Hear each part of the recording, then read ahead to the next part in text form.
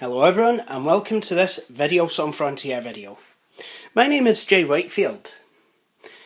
Now, some of you may be aware, my parents came to visit me not so long ago, and while doing so they actually brought up a few things that were pretty a few things from that I'd had when I'd been growing up with them.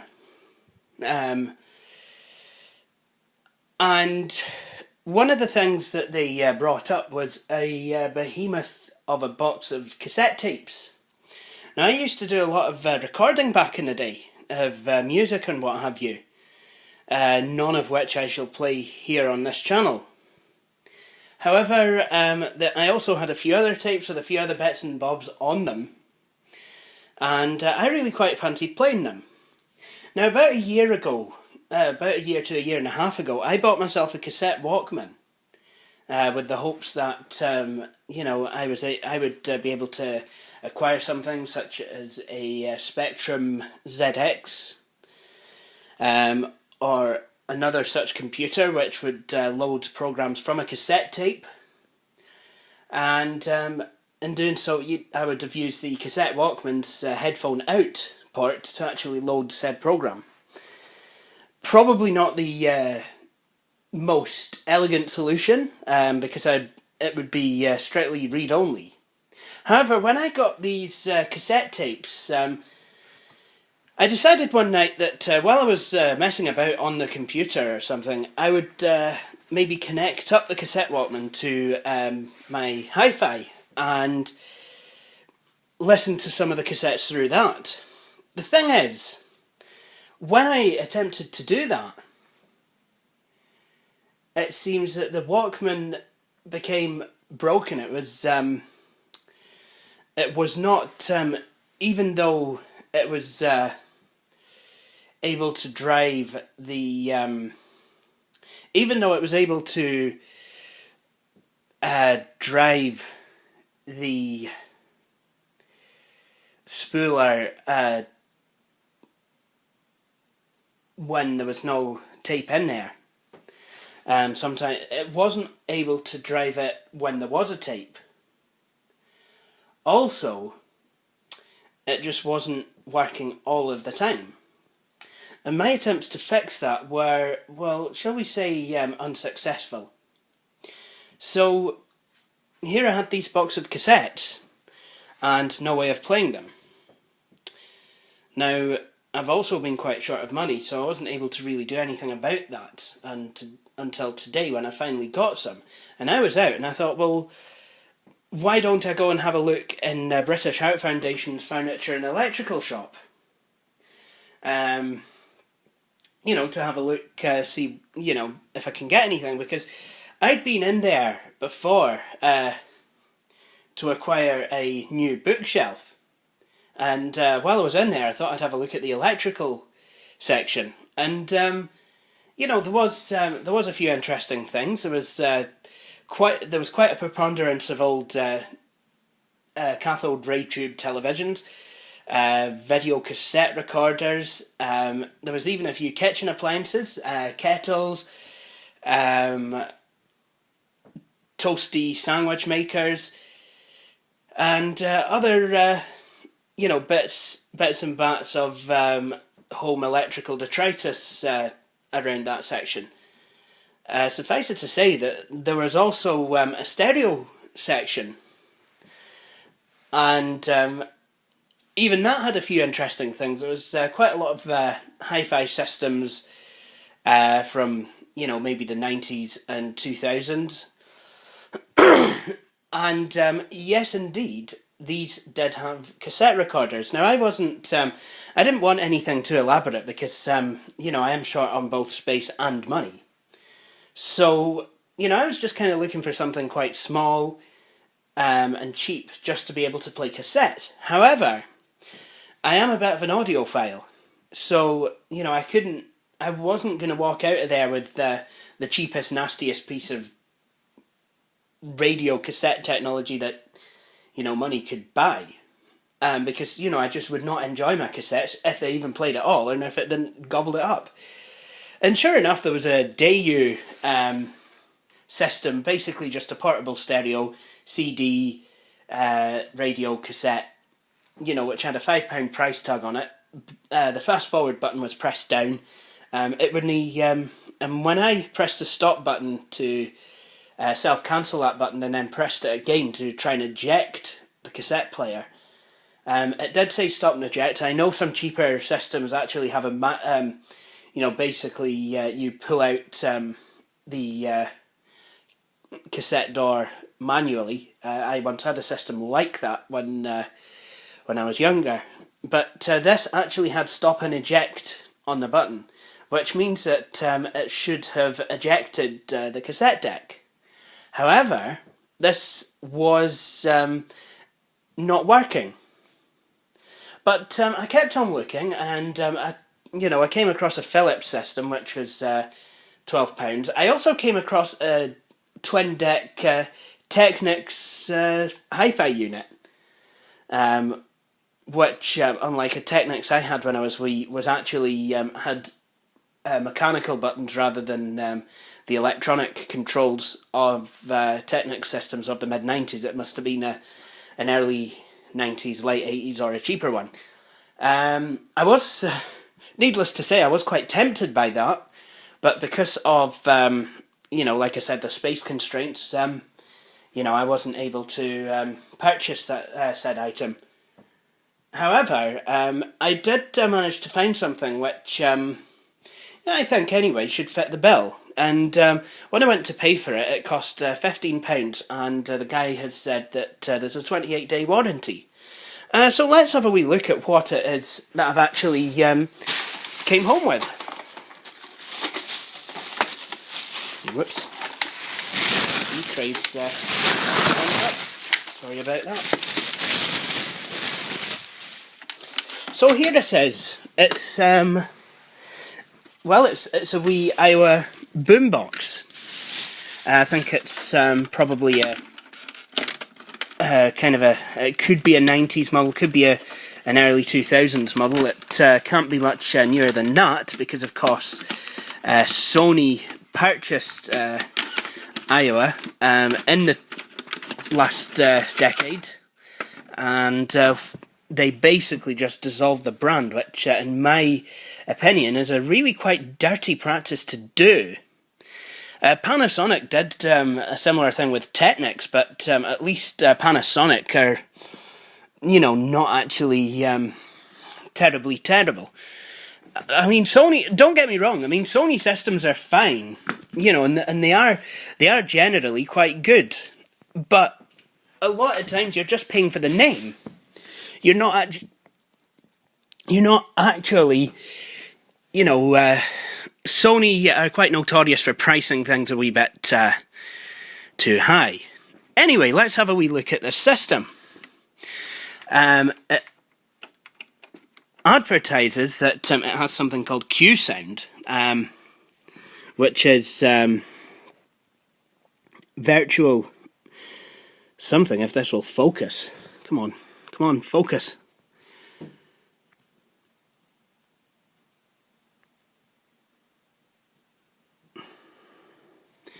There we go. It's virtual stereo, one push recording, full automatic stop. Whatever that is. Must be something to do with the recording on CD or something, or tape, or I don't know.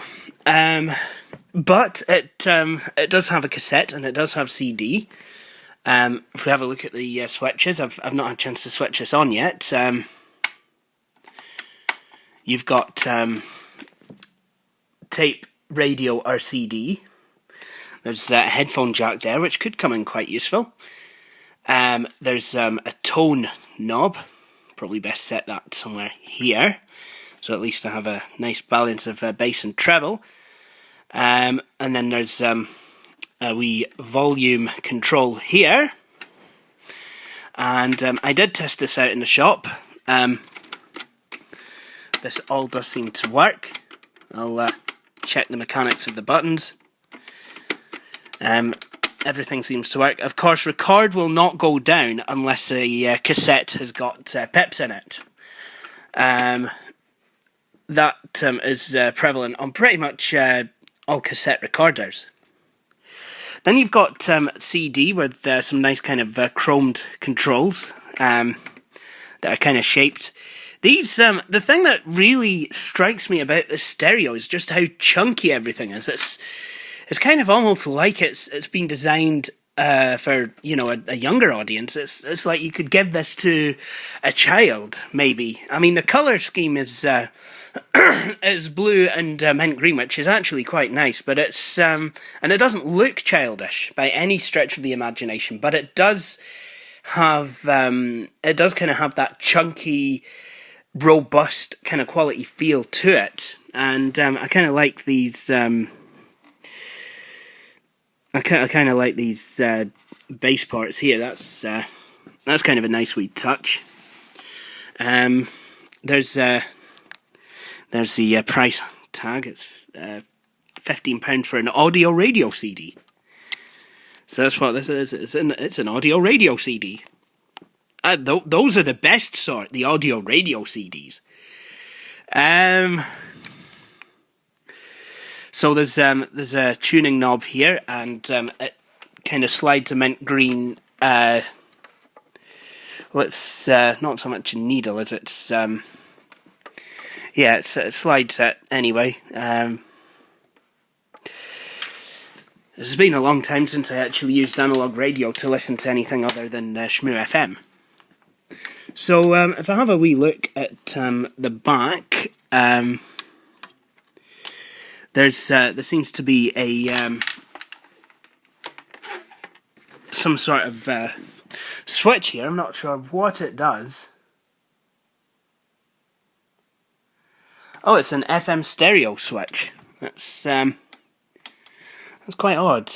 I'm going to set it, and then of course, like all these wee kind of boombox type things, there's a battery. Compartment here. You can actually put I think you need 4 C or D batteries. I'm not entirely sure which you're going to need, but there you have it. The handle's a wee bit squeaky, and then on the other side you really don't have anything. Anyway, I mean that's the system exterior. So without further ado, I think we should I think I should grab a CD and a cassette and, you know, test it out, you know, see if it actually, see if it'll go. Okay, so I've got a cassette and a CD here. But first we're going to try and pick up a radio signal. Now, because I'm in the middle of a room, I don't see that going so well. But we'll give it a wee go anyway. Letter time. Representative 12.6% APR.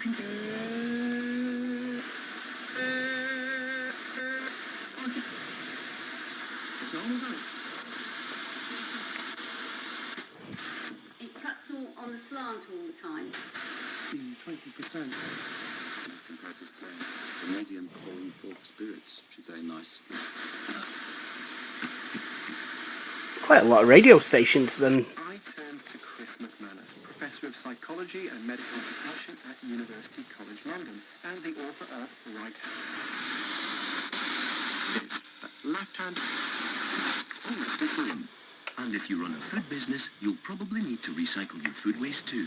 For free advice and support on meeting the new regulations and how to save money, visit resourceefficientscotland.com or speak to your waste contractor. The Alexander's sale must end soon. So that seems to work, but this aerial's a wee bit bent. Oh, furniture. What on earth happened there? Furnishing, lighting, wallpaper and flooring. The Alexander's sale must end soon.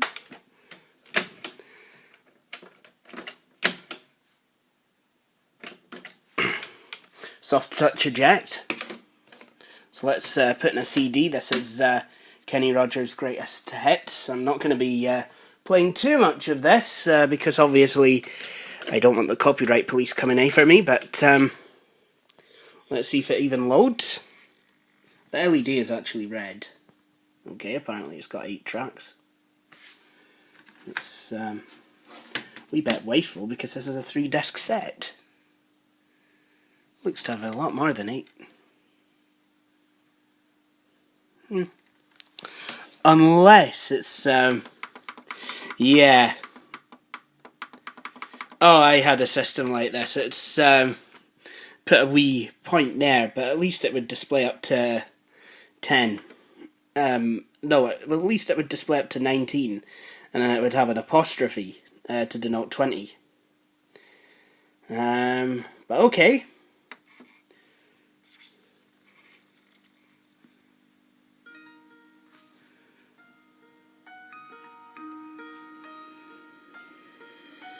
Lady.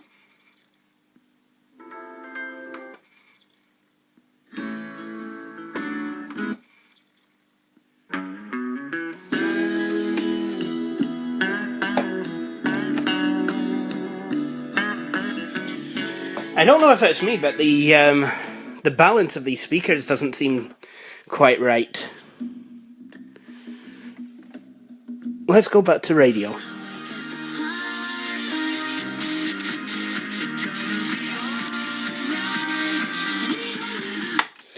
Yeah, it probably is. I don't know, but I mean that all seems to be in working order.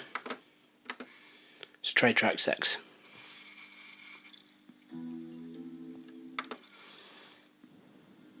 Now just look the whole time. Yeah, no, that one seems okay. Yeah, I'll pause. Say a last prayer for me. Lord only knows how. Yep. So all that does seem to work quite well.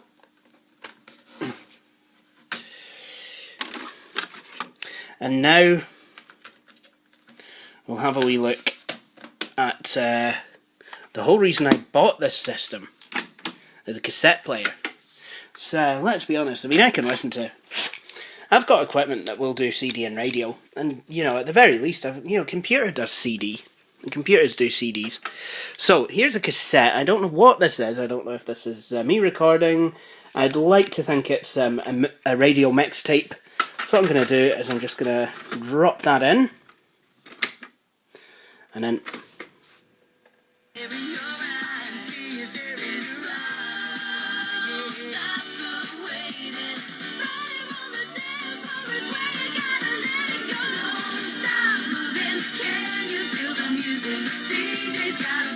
yeah, that works.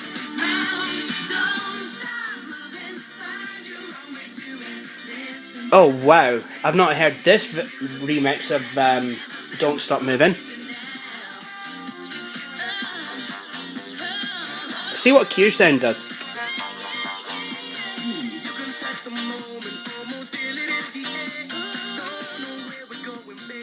Seems to add a wee bit more, I don't know, it just seems to... Well, it tries to kind of widen the sound, and I'm not too sure how well it works.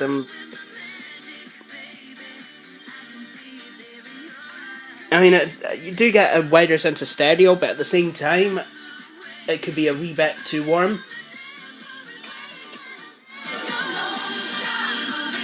Actually makes it sound quite tinny.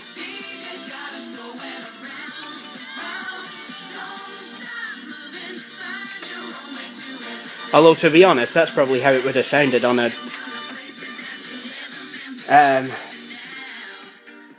I only really used to do... I'll stop this. Do you know what? I'm going to test. See how well the functions work. Yep, it has a self-stopping, at least it does that, it's got self-stopping rewind. I had a Matsui stereo that just used to be like, then you'd have to stop it manually. I rue the day I bought a computer for the house. Does Natalie get much on the internet? No, luckily she's still learning the internet. You unplug it, don't you, when you go out? And me, the idiot, I keep going, oh, look, you can buy... nothing. That was recorded. That mixtape was actually recorded. Let's see how well fast forward works. That mixtape was actually recorded in 2001. I'm surprised I still have it. I'm surprised I didn't scrub it with something else, but...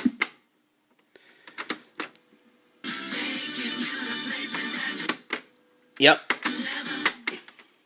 I'm not away to test the record features on this